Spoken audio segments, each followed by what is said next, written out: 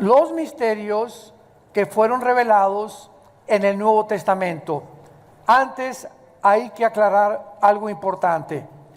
La Biblia es un libro de revelación y la revelación de la Biblia está sellada. Así acaba la Biblia en Apocalipsis 22. Nadie ahora le puede agregar nada, ni nadie le puede quitar nada a lo que se encuentra revelado en la Biblia. Así que si alguien llega o tú escuchas y te dice, tengo una nueva revelación, dile, escríbele en un papel y ponle Tercera de Carlos 3:1. Porque si hay más revelaciones, entonces no está completa la revelación. Entonces, ¿qué necesitamos para lo que ya está revelado? Iluminación. Ahora necesitamos ser iluminados o entender lo que ya está revelado, y esta iluminación proviene del Espíritu Santo, que mora dentro de cada uno de nosotros. Pero vamos a ver en primer lugar cómo podemos llegar a entender las revelaciones de Dios. Abran sus Biblias en el libro de Daniel, capítulo 12. Daniel capítulo 12. Y veamos lo que dice el versículo del 9 al 10, que fue escrito hace 2600 años. Él respondió, anda Daniel, porque estas palabras están cerradas y selladas. ¿Hasta cuándo? ¿Perdón? Hasta el tiempo del fin. O sea, esto que hace 2600 años se le reveló a Daniel, quedó sellado. Y le dice el ángel a Daniel, esto que te estoy comunicando a ti, van a pasar 2600 años y nadie lo va a entender hasta el tiempo del fin. Y esta es una de las evidencias de que nos encontramos en el tiempo del fin, porque las estamos comenzando a comprender. Pero leamos con cuidado lo que sigue. Estas palabras están cerradas y selladas hasta el tiempo del fin. Y aquí el versículo 10 nos habla qué pasará en el tiempo del fin. Muchos serán limpios y emblanquecidos y purificados. Los impíos procederán cada vez peor, o sea, impíamente, y ninguno de los impíos entenderá, pero los entendidos comprenderán. Creo que es muy importante en los tiempos que vivimos que nosotros pertenezcamos al grupo de los entendidos. Y la pregunta es la siguiente: ¿quiénes son los entendidos? Porque la iglesia está llena de millones de cristianos que se dicen cristianos y todavía no entienden más que Juan 3:16.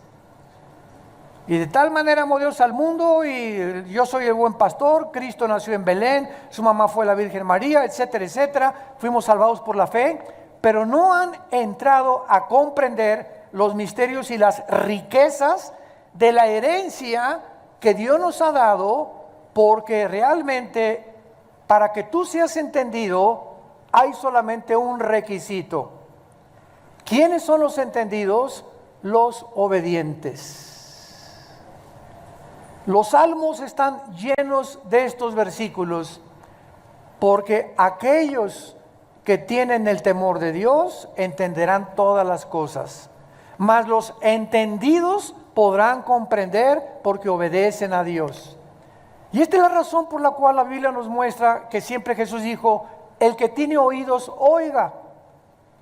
Ustedes se acuerdan de esta frase, y tú puedes preguntar, bueno, Jesús, ¿qué estás atribuyéndonos sordera? ¿Por qué estás apelando a que si tenemos oídos, oigamos? Porque la palabra oír en el hebreo significa obedecer. Oye Israel, el Señor tu Dios uno es. Deuteronomio 6 del 5 en adelante. Shema Yisrael Adonai Elohim Adonai Echad. Oye Israel, el Señor. Oye, estamos oyendo, Pero el problema está que muchos oyen y les entra por acá y les sale por allá. Y todos ustedes que van a diferentes iglesias o que vienen a esta iglesia y cada vez que oyen la palabra de Dios, todos la escuchamos. Pero ¿cuántos de ustedes lo que tú estás escuchando lo llevas a la práctica? Y es cuando lo llevamos a la práctica que estamos obedeciendo. Y eso Dios lo premia, lo recompensa, dándote entendimiento y sabiduría.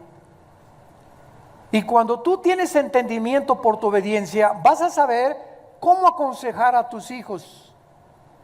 ¿Qué consejo darle a tu hija que te llegue y te dice que está embarazada?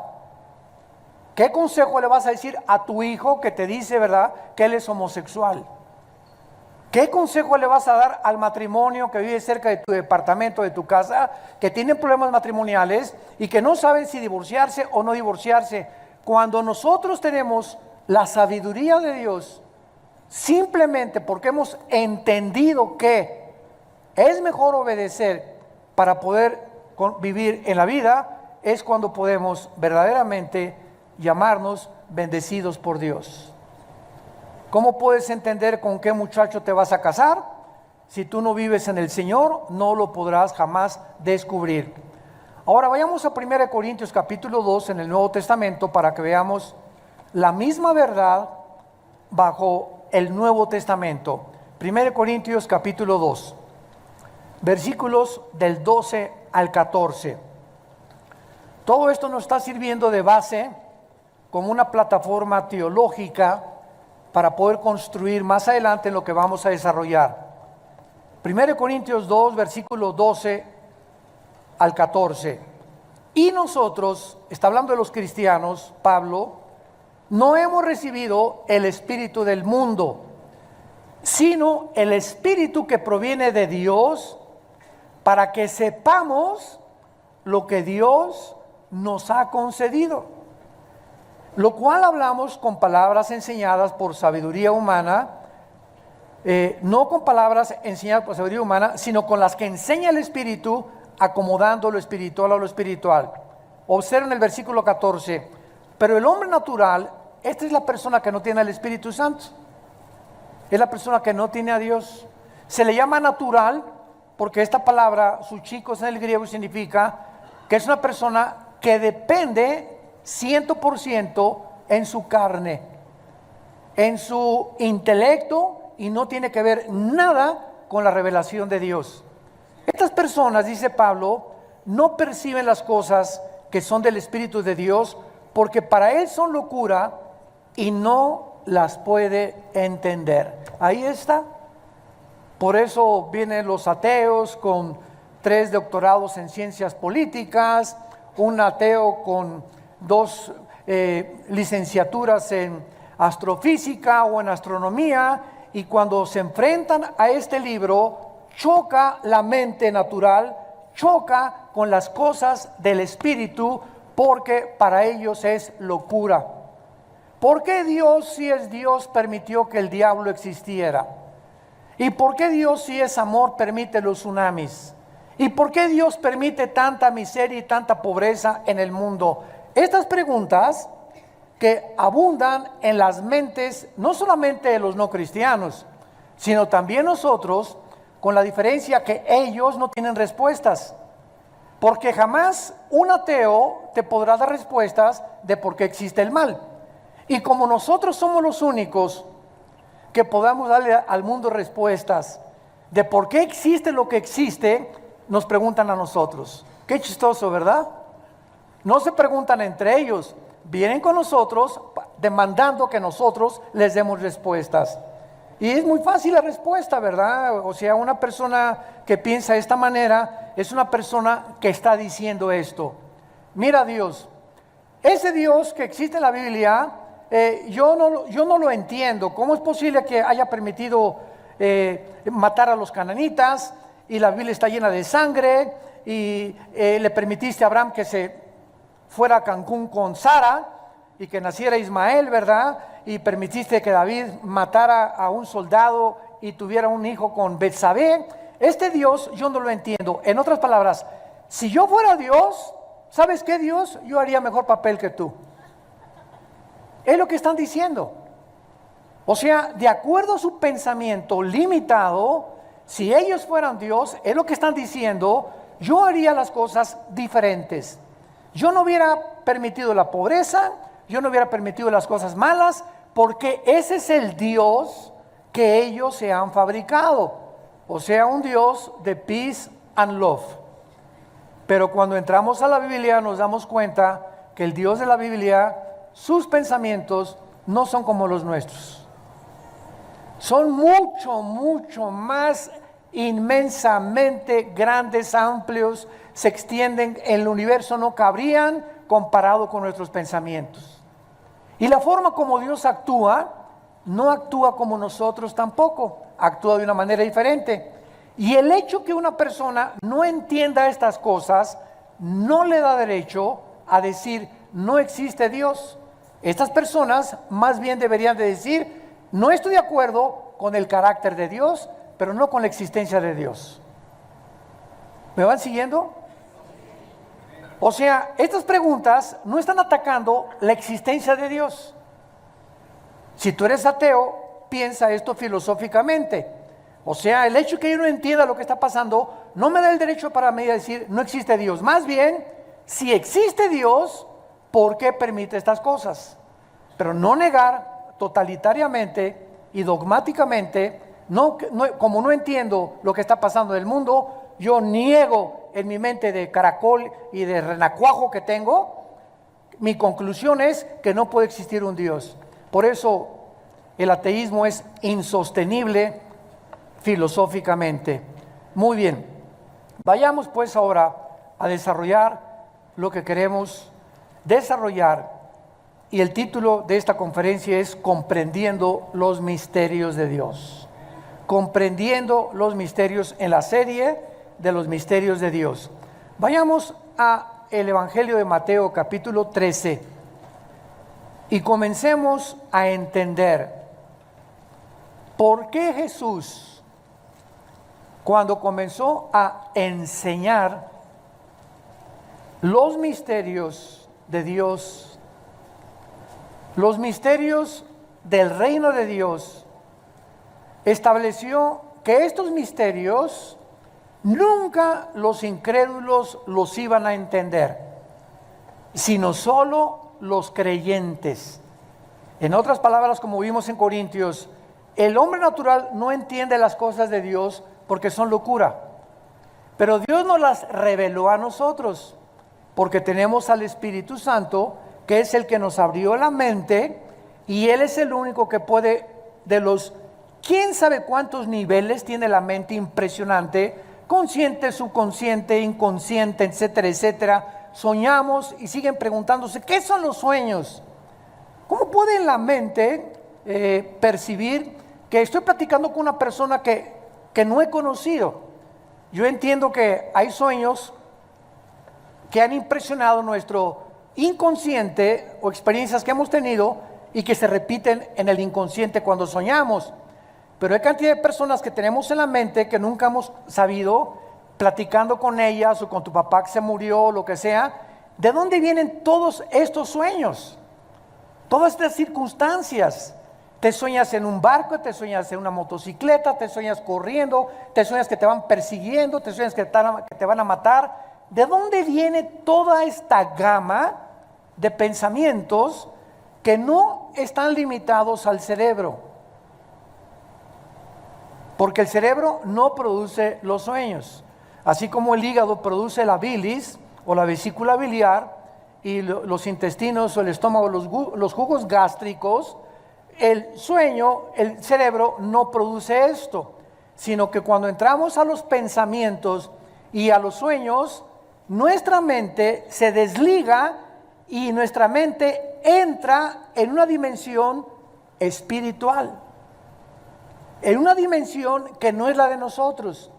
Y estamos dormidos y estamos actuando en diferentes lados, con diferentes personas que son reales.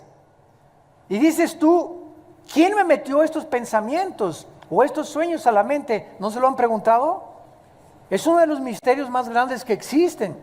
Simplemente nos demuestra, ¿verdad?, que los pensamientos y los sueños están separados de las neuronas cerebrales y que es un mundo completamente diferente. Por eso los demonios, que son entidades espirituales, tienen acceso a nuestros pensamientos. 1 Timoteo 4:1 dice: en los últimos tiempos el Espíritu dice que muchos apostatarán de la fe, escuchando a demonios con doctrinas erróneas a la Biblia. ¿Cómo que escuchando?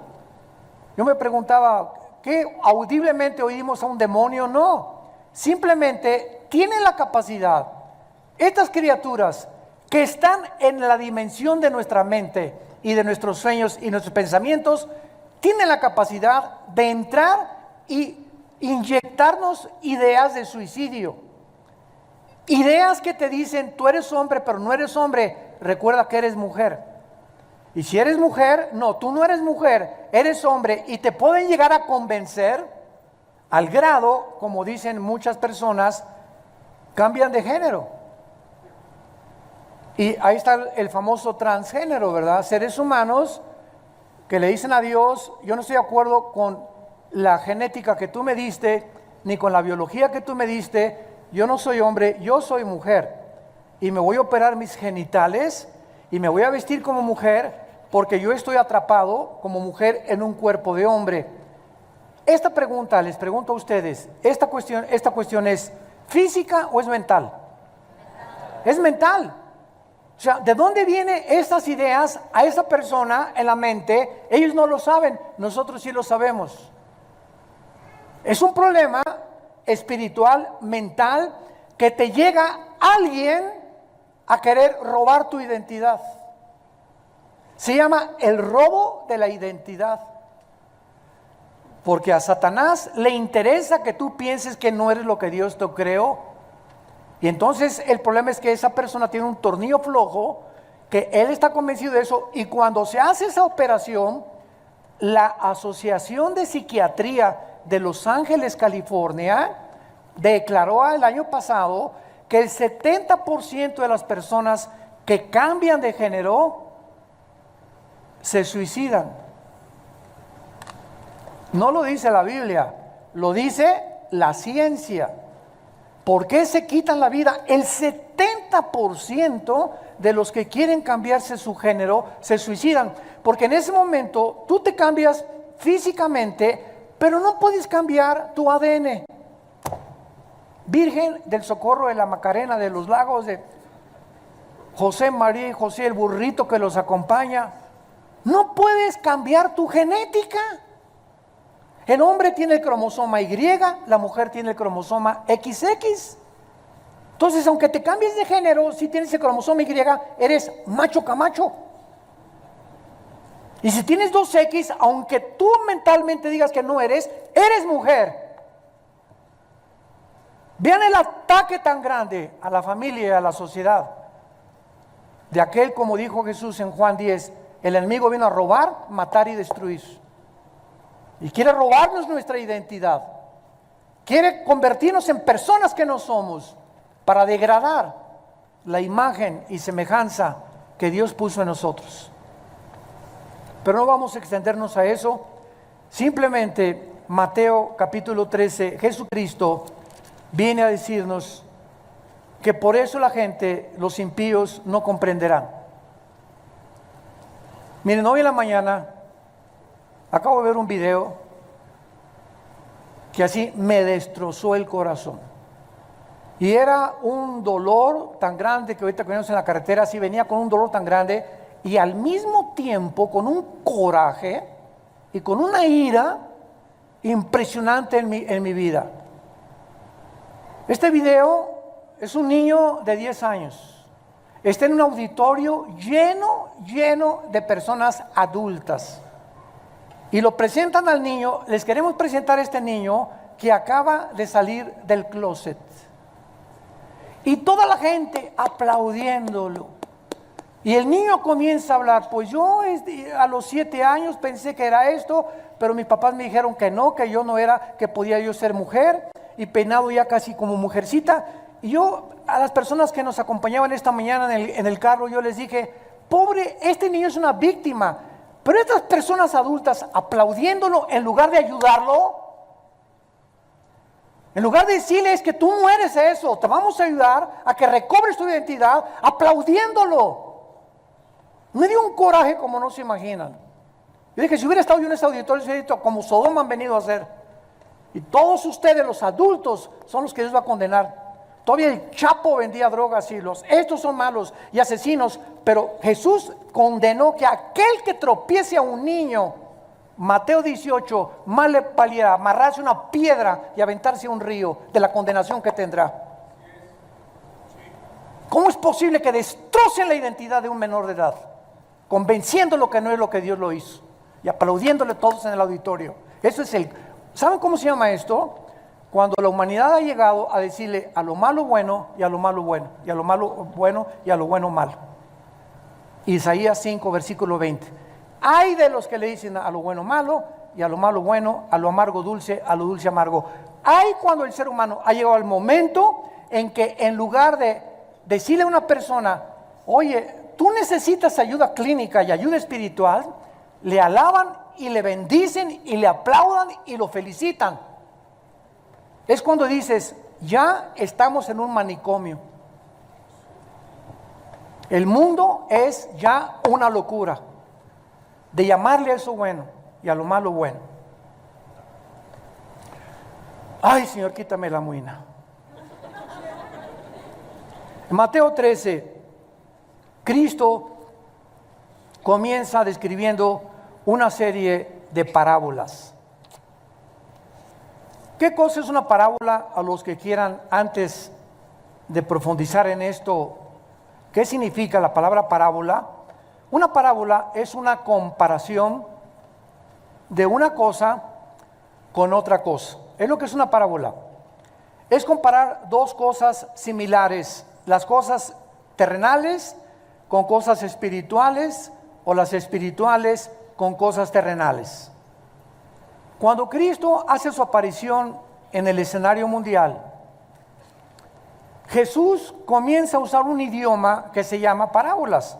Dice Mateo 13, aquel día salió Jesús de la casa, se sentó junto al mar y mucha gente, entrando él en la barca, se sentó y la gente estaba en la playa. Y les habló muchas cosas por parábolas, diciendo, y vamos a ver ahorita esta parábola del sembrador y lo que se esconde detrás. Entonces, Cristo no habla normalmente cuando se aparece en el mundo. Cristo usa el lenguaje parabólico y comienza a usar un lenguaje tan sencillo, borreguitos, semillas, que la tierra, que el árbol, las aves del cielo, que cualquier persona, agricultor, en el ranchero, granjero, las podía entender. Y lo que Cristo está enseñando con este lenguaje tan sencillo como lo vamos a ver, es un lenguaje que está escondiendo, está en misterio, cosas que la gente común y corriente nunca iba a entender. Y vean lo que les dice en el versículo 11, antes de explicar la parábola. Mateo 13:11, respondiendo les dijo, porque a ustedes les es dado saber los misterios del reino de los cielos, mas a ellos no les es dado. Por eso Jesús hablaba en parábolas, para que solamente las entendieran y las personas que le querían seguir y las personas que le querían obedecer, el Espíritu Santo les abriera el entendimiento y comprendieran las cosas que trascienden el intelecto finito y limitado del ser humano. Lo hizo a propósito. Ahora, ¿por qué lo hizo a propósito? Tú podrías decir, oye, pero ¿qué no quería Cristo que todos entendieran? Claro que Él quería que todos entendieran, pero Él como Dios sabía claramente que siempre que se juntaba la gente, habría personas que no lo querían oír para buscar a Dios, sino con motivos políticos, con motivos equivocados, para poder realmente simplemente llenar el intelecto, porque hay gente que le encanta oír y le encanta oír y le encanta oír, y por acá entra y por aquí le sale, etcétera, etcétera, y nunca lo que oyen cambia su vida interna espiritual. Nunca son transformados por el conocimiento de la palabra de Dios. Y ahí tienen 10 años en Cristo, 5 años en Cristo, 15 años en Cristo. Siguen tratando a su esposa como una sirvienta, como una esclava sexual. Siguen explotando a sus trabajadores, siguen robándole a Dios, siguen con su pornografía, siguen con sus pecados que no han dejado, pero siguen viniendo a la iglesia porque les encanta oír la palabra de Dios, como el rey Herodes. Cada vez que anda por ahí Juan el Bautista, tráigame a Johnny Boy, por favor, decía Herodes.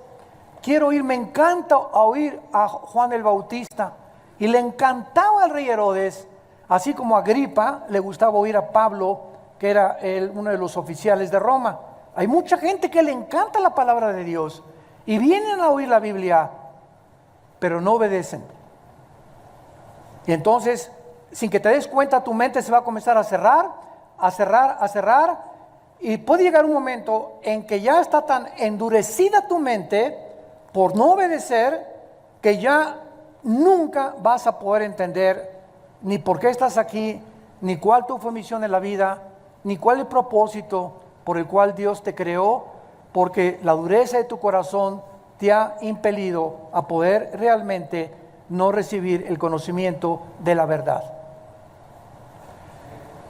Bueno, entonces Cristo, veamos lo que va a encerrar más adelante. Y además, solo los creyentes que tengan la disposición de oír y entender, ya lo dijimos, y para poder entender y obedecer, ¿qué se requiere? Ya oí, Señor, te quiero obedecer, quiero ser entendido. ¿Y cuál es la cosa que me falta? Y Dios nos contesta: disciplina. Disciplina. Se requiere disciplina para todos los días desarrollar el hábito de leer la Biblia. Y leerla de preferencia en la madrugada, o antes de irme a trabajar, o antes de irme a la escuela. Se requiere disciplina para antes de acostarme, tanto en la mañana como antes de acostarme, recargarme, ya vi las noticias, media hora apago todo y tengo la palabra aquí y comienzo a leer los salmos, los proverbios, a pensar en ella, etcétera, etcétera, y me duermo con la palabra de Dios. Esto requiere disciplina. Si tú no tienes esa disciplina, nunca podrás entender. Y así te pasarán los años. Hermano, pues yo a las 12 del día, la Biblia dice, de día y de noche, Josué, de día y de noche. Hermano, a las 3 de la tarde, que la canción, de día y de noche. Hermano, yo nada más en la noche, de día y de noche, meditarás, estudiarás en esta palabra que yo te doy. Y entonces dice Dios, Josué 1, 8 y 9, entonces, cuando desde el cielo yo vea que tú estás haciendo lo que yo te estoy diciendo, voy a bendecirte como no tienes idea. Vas a prosperar en todas las cosas que tú hagas en la vida. Te voy a dar dirección a tu vida. Vas a perder la incertidumbre de ¿y si sube el petróleo y el peso y si hay recesión? Vas a vivir tranquilo porque vas a comenzar a depender directamente de mí y de ninguna circunstancia que te rodee en el mundo que vives.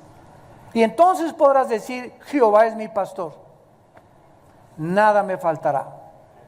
Cuando de día y de noche medites en esta palabra y hagas lo que en ella está escrito.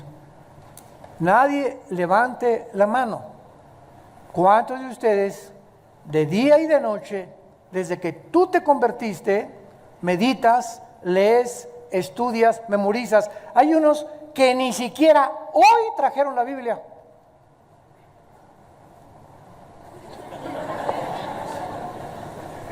Yo no veo que sacan la estampita de Santadeo.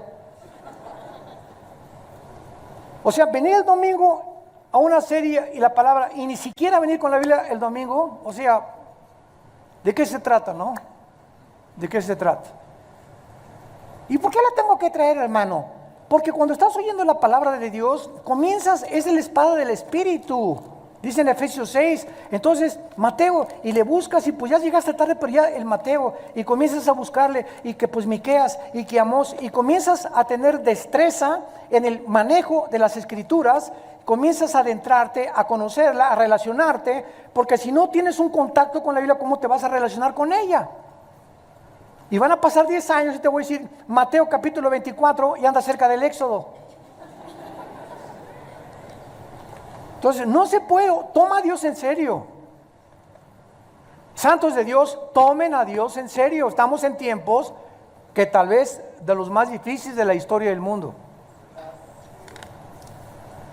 Tienes que tomar a Dios en serio.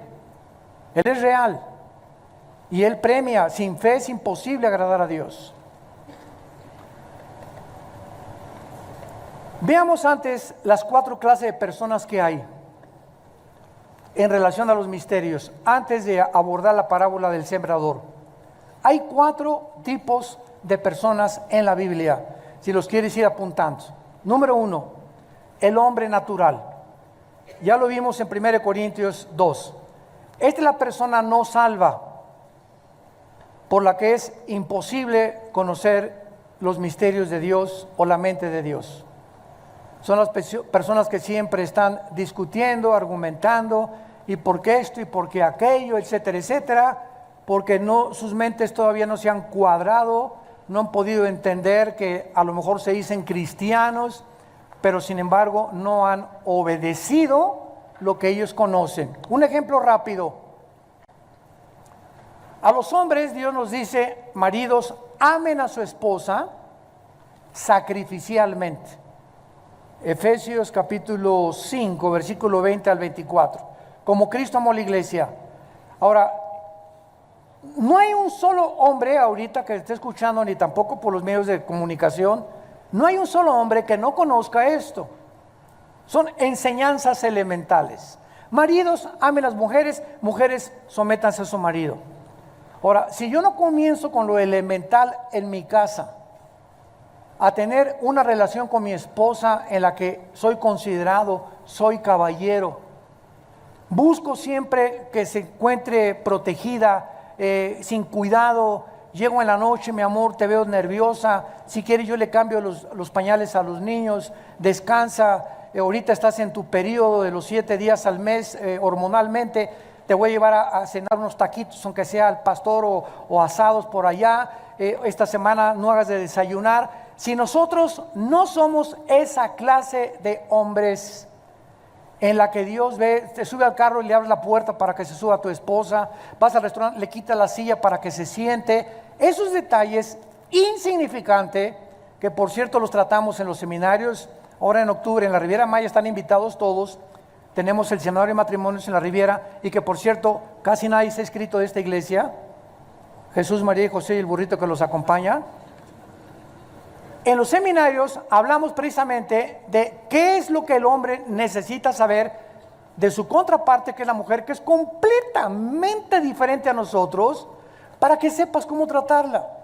Pero si tú no sabes las necesidades que tiene la esposa, que son detallistas, son románticas, son consideradas, etcétera, etcétera, no vas a saber cómo tratarla. Y es el problema de muchos matrimonios, y lo aprendemos en estos seminarios. 3, 4 días en el sol, en la alberca, caminando, sin los niños, sin el tráfico, sin el periférico, respirando aire puro, yodo del mar, etcétera, etcétera, fortaleciéndonos también mental, físicamente, oyendo la palabra de Dios, y regresamos, ¿verdad?, a México como San Clodomiro y Santa Rosa de Castilla. Entonces, si tú sabes que debe ser así con tu esposa y no lo haces, ¿cómo quieres entender la predestinación, la elección, la santidad, la justificación, el reino milenial, el rapto de la iglesia? ¿Cómo quieres entender las cosas que quieres entender sin que te des cuenta que traes un peso que te está impidiendo entender cuál es la falta de obediencia. Porque la casa es el gimnasio de Dios. Comencemos en nuestra casa. Y si en tu casa no comienzas con tus hijos y con tu esposa, no trates de convertirte en un teólogo, porque habrá un impedimento que te impedirá conocer por tu falta de obediencia. Número 2, la segunda clase de persona son los niños espiritualmente. O sea, son cristianos, pero son niños porque se acaban de convertir, tienen 1 o 2 años de cristianos. Vean 1 Corintios 3, versículo 1. 1 Corintios 3, 1.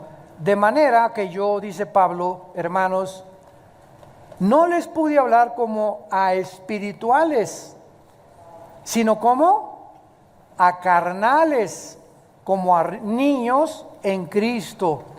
Estos cristianos de Corintio eran tan inmaduros que Pablo no podía hablarles de lo que estamos hablando en esta mañana, de los misterios de Dios. Ahorita ustedes están recibiendo no leche, ustedes están recibiendo en esta mañana comida sólida. Estamos partiendo bisteces, cosas profundas de la palabra de Dios. Pablo no podía a los corintios hablarles de esta manera. ¿Por qué? Porque era una bola de peleoneros, chismosos, borrachos, parranderos, jugadores, etcétera, etcétera. Trataban mal a la esposa, mal ejemplo a los hijos, y la Biblia los califica como niños espirituales. Estas personas solo pueden recibir la leche. Vean una parábola. Los niños recién nacidos, ¿les puedes dar una chuleta de puerco? ¿Por qué? Porque no tienen dientes, ni siquiera jamoncito. El alimento para un niño recién nacido es la leche de la mamá, con todos los minerales, vitaminas que la leche que Dios puso en la leche de la mamá. Y el niño lo único que hace es chupar y dormir, chupar y dormir. Esa es la vida de un niño nada más. Ya al año, pues jamoncito picado, gerbercito, etcétera, etcétera. Y mientras va creciendo, el alimento va aumentando en densidad. Ya hasta los 3, 4, 5 años ya comienzan a comer carne, etcétera, etcétera. Lo mismo es espiritualmente. Los niños cristianos que se acaban de convertir, pues no entienden las cosas profundas de la palabra de Dios. ¿Por qué? Porque no tienen los dientes todavía para masticar y se pueden empachar. Como una señora que hace algún tiempo me habló a las 3 de la mañana, doña Chole. Pastor, ¿qué doña Chole? Yo ya tenía una jeta así de este tamaño, ¿por qué me despierta? Yo ya la conocía, doña Chole, y sabía lo que iba. ¿Qué quiere doña Chole? Pues mire, le quiero preguntar, ¿por qué Job esto y el otro? Doña Chole, usted tiene 6 meses en Cristo. ¿Por qué quiere meterse con el libro de Job, con el libro de los reyes, con Amós, con Ezequiel, con Zacarías, cuando usted debe comenzar con los evangelios de Juan en adelante? Usted, le dije, está empachada a las 3 de la mañana. Entonces, cuando un niño en Cristo quiere meterse con libros de la Biblia que ya requieren cierto conocimiento y cierto ABC, pues no lo vas a entender. Entonces, si eres nuevo convertido, puedes leer Salmos y Proverbios del Antiguo Testamento, porque la Biblia no es un libro como cualquiera que se lee del principio al final. Tienes que comenzar del Nuevo Testamento en adelante, y ya después de 6 meses, 1 año, comenzar a meterte a estudiar con tu pastor los libros del Antiguo Testamento. ¿Me van entendiendo? Entonces, es igual que en el mundo terrenal. Dice en Hebreos capítulo 5, explicando Pablo lo que estamos tratando de comunicarles, estas palabras. Hebreos 5, del 11 al 14. Acerca de esto, tenemos mucho que decir, difícil de explicar, por cuanto os habéis hecho tardos para oír, porque debiendo ser ya maestros, después de tanto tiempo, tienen necesidad de que se les vuelva a enseñar cuáles son los primeros rudimentos de la palabra de Dios.